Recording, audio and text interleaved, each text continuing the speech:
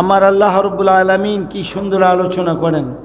বিসমিল্লাহির রহমানির রহিম। সবাই বলুন না, বিসমিল্লাহির রহমানির রহিম। পরম করুণাময় দয়াময় আল্লাহ রাব্বুল আলামিনের নামে শুরু করলাম। আল্লাহ রাব্বুল আলামিন কুরআনুল কারীমে কি আলোচনা করলেন? ইয়াওমা ইউকশাফু আন সাকিন ওয়া ইউদআউনা ইলাস সুজুদি ফালা ইয়াস্তাতিউনা খাশিআতান আবসারুহুম তারহাকুহুম যিল্লাতুন ওয়া ক্বাদ কানু ইউদআউনা ইলাস সুজুদি ওয়া হুম সালিমুন। সকলে মুহাব্বতে বলুন সুবহানাল্লাহ। আমার ভাইয়ারাম, কিয়ামতের ময়দানে কি অবস্থা হবে, কি অবস্থা হবে। গত জুমায় ওই আলোচনা গিয়েছে, আজকের জুমায় কি আলোচনা আসছে আমার ভাইয়ারাম? কিয়ামতের ময়দানের অবস্থা সম্পর্কে আলোচনা হচ্ছে। আমার ভাইয়ারা, কুরআনুল কারীমে আমার আল্লাহ কি সুন্দর আলোচনা করেন। কঠিন বিপদের দিনে অর্থাৎ কিয়ামতের দিবসে সিজদা করিবার জন্য আল্লাহ পাক আল্লাহ বান্দাগণকে ডাকিবেন, তখন কাফিরগণ সিজদা করিতে পারিবে না। তাহাদের চক্ষু লজ্জায় নিম্নগামী হইবে, বিপদ তাহাদিগকে আচ্ছাদিত করিয়া ফেলিবে। অথচ তাহাদিগকে দুনিয়ায় থাকিয়া সিজদা করিবার জন্য ঢাকা হইয়াছিল, আর তারা সুস্থ ছিল। জোরে জোরে বলুন আল্লাহু আকবার। আমার কিয়ামতের ময়দানে আমার আল্লাহ বান্দাদেরকে ডাক দিবে আর বলবেন, এরে বান্দারা, আজ তোমরা আমি আল্লাহকে সিজদা করো। সুবহানাল্লাহ কোন। শুধু দুনিয়ায় সিজদাই শেষ নয়, কিয়ামতের ময়দানও আল্লাহ বান্দাকে ডাক দিয়ে বলবে, বান্দারা আজকে তোমরা আমাকে সিজদা করো। আমার ভাইয়ারা, শুভ সংবাদ হচ্ছে, যারা ইমানদার, যারা আল্লাহওয়ালাম, যারা নবীওয়ালাম, যারা কোরআনওয়ালাম, যারা আল্লাহর ওলি প্রেমিক, কোরআন সুন্নাহ প্রেমিক, সালাত প্রেমিক, যারা প্রকৃত ইমানদার যারা হবে, কিয়ামতের ময়দানে অবশ্যই অবশ্যই তারা আমার আল্লাহকে সিজদা করতে পারবে। জোরে কোন সুবহানাল্লাহ। কিন্তু আফসোসের বিষয় হইল আমার ভাইয়ারা, কিন্তু আফসোসের বিষয় হইল কাফিরগণ সিজদা করিতে পারিবে না। তাদের চক্ষু লজ্জায় নিম্নগামী হবে, সবাই সিজদা দিবে। কাফের মানে আরবিতে বলা হয় কাফের, বাংলায় বলি আমরা নাফরমান, আবার কেউ আমরা বলি বেঈমান। অর্থাৎ যার ইমান নাই, যিনি অমুসলিম হয়ে যায়, এ অমুসলিম, কাফের, বেঈমান, নাফরমান ভাইয়ারা, এরা কিন্তু সিজদা করতে পারবে না। এদের লজ্জা শরমে চক্ষুগুলা নিচের দিকে চলে আসবে। অর্থাৎ আর তারা চক্ষু দিয়ে ভালো করে তাকাইতে আর ভালো লাগবে না, চক্ষুগুলা নিচের দিকে চলে আসবে। লজ্জায় শরমে তাদের মানে চক্ষুগুলা নিম্নগামী হবে। বিপদ তাদিগকে আচ্ছাদিত করে ফেলবে। সিজদা যখন করতে পারবে না, তখন কিয়ামতের ময়দানে বিপদে তাদেরকে ঘেরাও করে নেবে, আচ্ছাদিত করে ফেলবে, বিপদ তাদেরকে ঢাইকা ফেলবে। জোরে কোন নাউযুবিল্লাহ। অথচ তাদেরকে দুনিয়ায় থাকিয়া সিজদা করিবার জন্য ডাকা হইয়াছিল, আর তারা সুস্থ ছিল। কিন্তু তাদেরকে দুনিয়ায় থাকতে বারংবার লক্ষ লক্ষ নবী ও রাসূল দিয়ে, সাহাবায়ে কেরাম দিয়ে, আউলিয়া কেরাম দিয়ে আমার আল্লাহ যুগে যুগে সিজদা করার জন্য, আল্লাহকে ডাকার জন্য, সিজদা করার জন্য বলা হয়েছিল। কিন্তু তারা সুস্থ ছিল, তারপরও তারা আল্লাহকে সিজদা করে নাই। এই নাফরমান, এই বেঈমান, এই কাফিরগণ কিয়ামতের ময়দানে আমার আল্লাহকে সিজদা করতে পারবে না। বিদায় জাহান্নাম বা তাদের উপরে বিপদ চাইপা যাবে। জোরে জোরে কন্যা নাউযুবিল্লাহ। আল্লাহ যেন আমাদেরকে এই বিপদ থেকে মুক্ত করে। তবে হুঁশিয়ার হতে হবে, কিয়ামতের ময়দানে কত মানুষ, নামাজি মানুষ জাহান্নামে চলে যাবে। কাফেররা তো সেজদা দুনিয়ায় না দিয়া তারা জাহান্নামে যাবে, সেজদা করতে পারবে না। কিন্তু বহু মানুষ আছে দুনিয়ায় নামাজ পড়ছে, নামাজ পড়ার পরেও লোকটা জাহান্নামে চলে যাবে। জোরে কর নাউযুবিল্লাহ। সে আবার কোন জাহান্নাম, সে আবার কোন দুজক, যেই দুজকের কথা আমার আল্লাহ কুরআনুল কারীমের সূরা মাউনের মধ্যে আমার আল্লাহ ঘোষণা করেছে, ফাওয়াইলুল লিল মুসাল্লিন। ও ভাইয়ার আমার, নামাজ পড়িয়া মুসল্লি এমন এক দুজকে যাবে গো, যেই দুজকের নাম হলো ওয়াইল দুজক। জোরে জোরে কর নাউযুবিল্লাহ। প্রশ্ন আসলাম, আমার বাবাজিরা ভাইয়ারাম, আল্লাহকে যদি বলি আল্লাহ আমি নামাজ পড়লাম, তারপরও কেন তুমি আমার জন্য ওয়াইল দুজকের ঠিকানা করে দিলাম? আমার আল্লাহ বলে, বান্দা, এক নম্বরে তুমি নামাজ পড়েছ, তোমার মানুষে মুসল্লি বলবে এই উদ্দেশ্যে তুমি নামাজ পড়েছ। তুমি তো আমি আল্লাহকে খুশি করার উদ্দেশ্যে করো নাই, নামাজ পড়ো নাই। এক নাম্বার কারণ এটা। আরও কারণ বহুত আছে। ও ভাইয়ারা, অনেকে আমরা রুকুটা ঠিক মতন করি না, অনেকে আমরা সেজদা ঠিক মতন করি না, অনেকে আমরা তাশাহুদগুলা ঠিক মতন সুন্দর মতন পাঠ করি না, অনেকে আমরা কেরাত ঠিক মতন পাঠ করি না, সূরা ফাতিহা পড়তে গেলে অনেক ভুল করে বসি। এই সমস্ত কারণে আমার ভাইয়েরা, নামাজি এই ভুলের কারণে নামাজি নামাজ পড়িয়েও যাবে ওয়াইল দুজকে। জোরে কর নাউযুবিল্লাহ।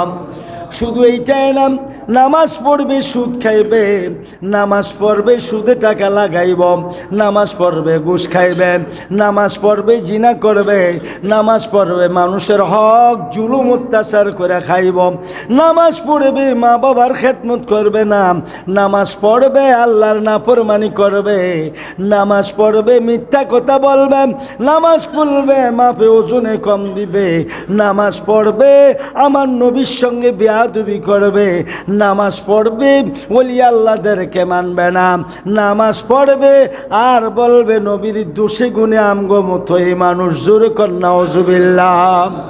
এই ধরনের নামাজি নিশ্চিত যাবে জাহান্নাম, আর সেই জাহান্নামের নাম হলো ওয়াইল দুজক। জোরে জোরে কর নাউযুবিল্লাহ। আল্লাহুম্মা সাল্লি সাইয়্যিদিনা মাওলানা মুহাম্মদ ওয়া আলা আলি সাইয়্যিদিনা। আমার ভাইরাম, কিয়ামতের ময়দানে কি ঘটনা ঘটবে গো, ভালো করে খেয়াল করেন। আমার রাসূল সাল্লাল্লাহু আলাইহি ওয়াসাল্লাম বলেন, আমার দয়াল নবীজির শান আমার আল্লাহ করেছেন দান। ওয়ায়াকতুবু লানা লিকা মুহাম্মাদিন সাল্লাল্লাহু আলাইহি ওয়াসাল্লাম মা শাফাআতি। জোরে জোরে কোন সুবহানাল্লাহ। রাসূলুল্লাহ সাল্লাল্লাহু আলাইহি ওয়াসাল্লামের সাথ করেন, এর শাফায়াতের অবস্থায় তাহার শহীদ আমাদের মোলাকাত নসিব করেন। আল্লাহ গো, আমার রাসূলুল্লাহ সাল্লাল্লাহু আলাইহি ওয়াসাল্লামের সাথে শাফায়াতের সহিত আল্লাহ আমাদেরকে মোলাকাত করুন, দেখা করুন। অর্থাৎ আল্লাহ আমার নবীর শাফায়াতের সাথে আল্লাহ গো নবীর সঙ্গে এমন সাক্ষাৎ আমাদের করেন, এমন মোলাকাত করেন যেন দয়াল নবী আমাদেরকে শাফায়াত করে, সুপারিশ করে। জোরে জোরে কোন সুবহানাল্লাহ। আমার ভাইয়ারাম, হাদিস শরীফে আসছে, ক্বালান নবী সাল্লাল্লাহু আলাইহি ওয়াসাল্লাম, ইযা কানা ইয়াউমুল কিয়ামাতি মা জান্নাসুম بعضهم في بعض فيأتون آدم فيقولون اشفع لنا إلى ربك فيقول لست لها ولكن عليكم بإبراهيم فإنه خليل الرحمن فيأتون إبراهيم فيقول لست لها ولكن عليكم بموسى فإنه كليم الله فيأتون موسى فيقول لست لها ولكن عليكم بعيسى روح الله ولك وكلمته فيأتون عيسى فيقول لست لها ولكن عليكم بمحمد صلى الله عليه وسلم فيأتوني فأقول أنا لها فأستأذن على ربي فيؤذن ويلهموني محامد أحمده بها لا تعذرني الآن فأحمده بتلك المحامد وآخروه له ساجدا فيقال يا محمد ارفع رأسك وقلت سمع وسهت عطام واشفعت شفع فأقول يا ربي أمتي فيقال انطلق فأخرج من كان في قلبه مثقال شعيرة من إيماني رواه البخاري জোরে জোরে বলুন সুবহানাল্লাহ। আমার ভাইয়ারাম, বিশাল বড় হাদিস। এই হাদিসের অর্থ হচ্ছে আমার নবী ঘোষণা দিয়েছেন কিয়ামতের ময়দানে আমার ভাইয়ারাম রাসূলুল্লাহ সাল্লাল্লাহু আলাইহি সাল্লাম বলেছেন কিয়ামতের দিবসে সমস্ত লোক বীরের মধ্যে হুমড়ি খাইতে থাকিবে, মানে ঘামের মধ্যে ওই নাফাকির ভিতরে ওই গরমের ভিতরে মানুষ হামুকুর খাবে, দিশাহারার মতো হয়ে যাবে। পরিশেষে মানুষগুলা কি করবে জানেন? অতঃপর তারা আদম আলাইহিস সালামের নিকটে উপস্থিত হইয়া বলিবেন, আপনি আমাদের জন্য আল্লাহর নিকটে সুপারিশ করুন। আদম আলাইহিস সালাম বলিবেন, আমি উহার উপযুক্ত নহি, তোমরা আল্লাহর দুষ্ট ইব্রাহিম আলাইহিস সালামের কাছে যাও। জোরে জোরে বলুন সুবহানাল্লাহ। আমার ভাইয়ারাম, মানুষ হাসরের ময়দানে দিশাহারা হয়, তখন মানুষ চিন্তায় আসবে, আমরা চলো সবাই আদম আলাইহিস সালামের কাছে যাই, কেননা তিনি আদম সফিউল্লাহ, আমাদের আদি পিতা হযরত আদম আলাইহিস সালামের কাছে যাই, উনি নিয়ে আমাদেরকে একটু সুপারিশ করে, আল্লাহ নিয়ে আমাদেরকে কিয়ামতের এই ময়দান থেকে বিপদ থেকে হেফাজত করে।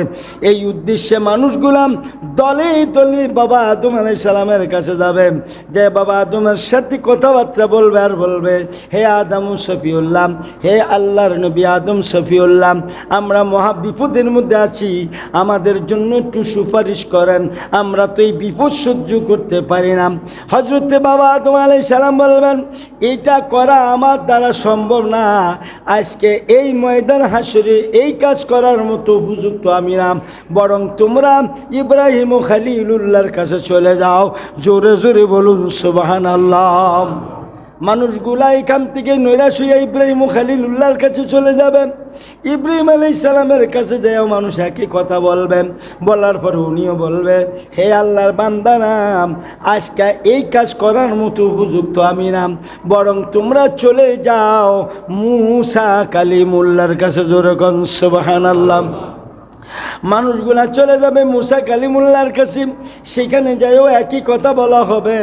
তখন মানুষগুলারে উনিও জবাব দিবে, হে আল্লাহর বান্দা বান্দিরা রে, আজকে এই কাজ করার মতন ক্ষমতা আমার নাই, আমি এর কাজের উপযুক্ত নয়, বরং তোমরা ঈসা রুহুল্লাহর কাছে চলে যাও। জোরে জোরে বলুন সুবহানাল্লাহ। মানুষগুলা ঈসা আলাইহিস সালামের কাছে চলে যাবে, যে ঈসা আলাইহিস সালামের কাছে একই দরখাস্ত করা হবে। উনিও বলবে না না না, ও দুনিয়ার আল্লাহর বান্দা বান্দেরা, আমার দ্বারা এই কাজ করা আজকে আমি উপযুক্ত নয়, বরং তোমরা চলে যাও মুহাম্মাদুর রাসূলুল্লাহ সাল্লাল্লাহু আলাইহি ওয়াসাল্লামের কাছে তোমরা চলে যাও। হযরত নবী মুহাম্মাদুর রাসূলুল্লাহ সাল্লাল্লাহু আলাইহি সাল্লামের কাছে চলে যাও। সবাই রাসূলুল্লাহ সম্ভব না, ঈসা রুহুল্লাহর কাছে গেলে একই কথা বলা হবে। তখন তিনি বলবে আলাইকুম ওয়ালাকিন আলাইকুম বি মুহাম্মাদিন, বরং তোমরা সেই মুহাম্মদ সাল্লাল্লাহু আলাইহি সাল্লামের কাছে যাও। তখন কি করবেন? তখন মানুষগুলাম নবী আলাইহিস সালাম, আমার নবী মুহাম্মদুর রাসূলুল্লাহ সাল্লাল্লাহু আলাইহি সাল্লামের নিকটে আমরা বসব। তখন তারা আমার নিকটে আসিবে এবং আমি বলিব, অর্থাৎ নবী বলতেছেন আমি এই জন্যই আসি। জোরে কোন সুবহানাল্লাহ। সকল মানুষ, এই মানুষগুলা দলে দলে যে নবীজির কাছে যাবে, সবার কাছ থেকে নৈরাশ হলো। আর নবীর কাছে প্রশ্ন করার পরে, দরখাস্ত করার পরে নবী বলে হ্যাঁ আমি এই কাজের জন্যই আসি। সুবহানাল্লাহ। আমি কি এই কাজের জন্যেই আছি? আমার ভাইয়ারাম, এমন সুন্দরভাবে আমার নবী বলেন, অতঃপর আমি আল্লাহর নিকটে অনুমতি চাইলে আল্লাহ আমাকে অনুমতি দিবেন। ও কতগুলি গুণ কীর্তন মানে শিক্ষা দিবেন, কিছু আমল শিক্ষা দিবেন। আমি সেইগুলি দ্বারা আল্লাহর প্রশংসা করিব এবং ওই প্রশংসা বাণীর সময় এখন আমার ইয়াদ নাই। অতঃপর আল্লাহর উদ্দেশ্যে সিজদা করিব। তখন বলা হইবে, হে মুহাম্মদ সাল্লাল্লাহু আলাইহি সাল্লাম, তোমার মাথা উত্তোলন করো এবং তোমার যাহা খুশি বলো, আজ তোমার কথা শোনা যাইবে, আর তুমি যাহা চাইবে তাই দেওয়া হইবে এবং তোমার সুপারিশ কবুল করা হইবে। ওই সময় আমি বলিবে, হে মাবুদ, আমার উম্মতকে রক্ষা করুন, আমার উম্মতকে রক্ষা করুন। তখন বলা হইবে, যাও, যার দিলে এক দুলি কণা পরিমাণ ঈমান আছে, তাকে দুজক থেকে বাহির করিয়া লও, জান্নাতে নিয়ে যাও। জোরে জোরে বলুন সুবহানাল্লাহ। দেখছেন কত বড় ঘটনা ঘটল। আমার আল্লাহ রাব্বুল আলামিন আমার নবীজির কি শান মর্যাদা দিল। নবী বলে হ্যাঁ আমি এই জন্যে আছি। তখন আমার নবী আল্লাহর দরবারে প্রস্তাব করবেন। আল্লাহ তখন নবীকে কিছু আমল শিক্ষা দিবে, কিছু কথা বলবে। নবী আমার কথাগুলো শুনবেন, বলবেন, পড়বেন এবং উম্মতের উদ্দেশ্যে আল্লাহর হস্তে আল্লাহকে কিয়ামতের ময়দানে সেজদা দিবে। জোরে কোন সুবহানাল্লাহ। নবী সেজদা দিয়ে বলবে, আল্লাহ আমার উম্মতকে রক্ষা করো, আমার উম্মতকে রক্ষা করো। আমার নবীকে আমার আল্লাহ বলবে, হে মুহাম্মদ সাল্লাল্লাহু আলাইহি সাল্লাম, মাথা উঠান। আজকে আপনি যা শাফায়াত করবেন, যা চাইবেন, যা সুপারিশ করবেন, আমি আল্লাহ তা গ্রহণ করব। এক দুলি পরিমাণ, এক দুলা কণা পরিমাণ, মানে এক যারা পরিমাণ ঈমান যার অন্তরে আছে, আপনি তাদেরকে দুজক থেকে বাহির করিয়া জান্নাতে নিয়ে যান। জোরে কোন সুবহানাল্লাহ। ভাইরা আমার দেখছেন নি ঘটনাটা কি করলো? সব নবী রাসূল ফেল, আমার নবী পাস করছে। আলহামদুলিল্লাহ। কোন এটা কি আমাদের সৌভাগ্য না? আমার ভাইয়ারাম, এরপরে আমার নবী কে আমার আল্লাহ কিভাবে বলে, আজকে যা চাইবেন তাই দিমু, যা সুপারিশ করবেন তাই কবুল হবে। সুবহানাল্লাহ। কোন অথচ আমি মৌলভী মাওলানা, আমি মুফতি মুহাদ্দিস মুফাসসির আন্তর্জাতিক খ্যাতি সম্পূর্ণ বক্তা, আমি আন্তর্জাতিক খ্যাতি সম্পূর্ণ বক্তা, বড় ফিসাব, আমার লক্ষ লক্ষ ভক্ত মুরিদান আছে।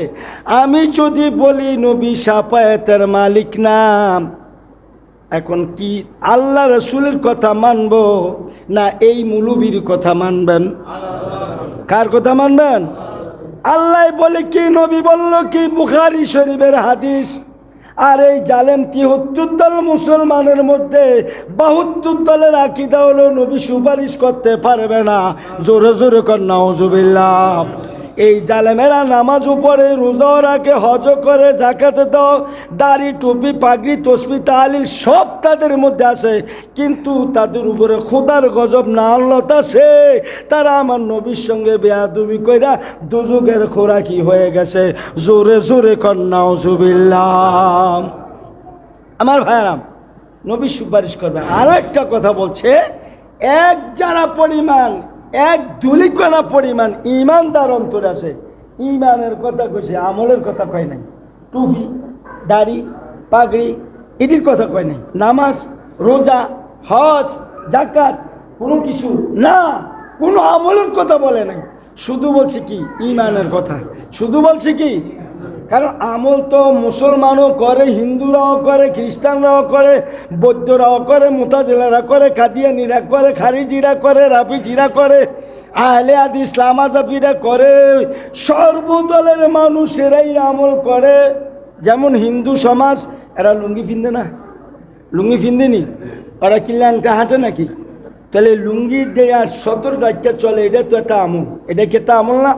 আমরাও তো লুঙ্গি পরি, আমরা কি পর্দা করি না? আমরা সতর ডাক্তার চলি না? তো আমি ওই আমল করি, তারাও দুই আমল করে। হিন্দু সমাজের ভিতরে অনেকে দাড়ি রাখে, আমরাও দাড়ি রাখি, ঠিকই না? আমরা টুপি দেয়, অমুসলিমরাও টুপি দেয় কি না? তাহলে বোঝা গেছে সেখানে আমল নিয়ে শেষ বিচারটা হইতেছে না। শেষ বিচারটা সুপারিশের মূল তারটা হলো আমার নবীজিকে আমার আল্লাহ বলে, যারা পরিমাণ ইমান যার অন্তরে থাকবে, হাবিব তারে দুজক থেকে সুপারিশ করে আপনি জান্নাতে লইয়া যান। জোরে জোরে বলুন সুবহানাল্লাহ। সালাতুনিয়া আলাইকুম সালামুনিয়া হাবিবাল। তাহলে কি আমল কি বাদ দিয়ে লাইবেন নাকি? আমল কি বাদ দিয়ে লাইবেন? সোনায় সোহাগা, স্বর্ণ যখন সোহাগের মধ্যে ছাড়ে স্বর্ণকাররা, গরম সোহাগের ভিতরে ছাড়ে, তখন স্বর্ণ করলে কি হয়ে যায়? পানি হয়ে যায়। সোনায় সোহাগা, সোনার মধ্যে সোহাগা লাগাইলে সোনা আর ঠিক থাকে না, স্বর্ণ তখন পানি হয়ে যায়। আপনার ইমানের সাথে যদি আমল থাকে, আপনি অতি শ্রেষ্ঠ মানুষ, আল্লাহর প্রিয় শ্রেষ্ঠ বান্দা, ওলি আল্লাহ হচ্ছেন, নবীর শ্রেষ্ঠ উম্মত হবেন। আপনার জন্য আলা দরজা, শ্রেষ্ঠ দরজা আমার আল্লাহ রসুল রেখে দিয়েছেন। জোরে কন সুবহানাল্লাহ। সুতরাং আমল বাদ দেওয়া যাবে না, আমল তো অবশ্যই করতে হবে। আর কথা তো আমারটা বলছি না, বলছি কার কথা? বলছি কার কথা? আল্লাহ বলছি, এক যারা পরিমাণ ইমান যার অন্তর আছে তাকে সুপারিশ করে জান্নাতে নিয়ে যান। সেও কোনো দুযুগের থেকে সুপারিশ করে লয়ে যান। সুবহানাল্লাহ। আমার ভাইরাম, আল্লাহ পাক আমাদেরকে এই আমল করার তৌফিক দান করুক। অনেক কথা আছে, সময় সংকীর্ণ। আল্লাহ আমাদেরকে আমল করার তৌফিক দান করুক। কিয়ামতের ময়দানের এই বিপদ থেকে আল্লাহ আমাদের সকলকে হেফাজত করুক। ঈমান ও আকীদা আল্লাহ আমাদের মজবুত করুক, আমলগুলা সুন্দর করুক। কিয়ামতের ময়দানে আল্লাহ যখন বলবে সেজদা করার জন্য, আমরা যেন আল্লাহকে সেজদা করতে পারি। সবাই বলুন আমিন। ওয়া মা তাওফীক ইল্লা বিল্লাহ। আসসালামু আলাইকুম ওয়া রাহমাতুল্লাহি ওয়া বারাকাতুহু।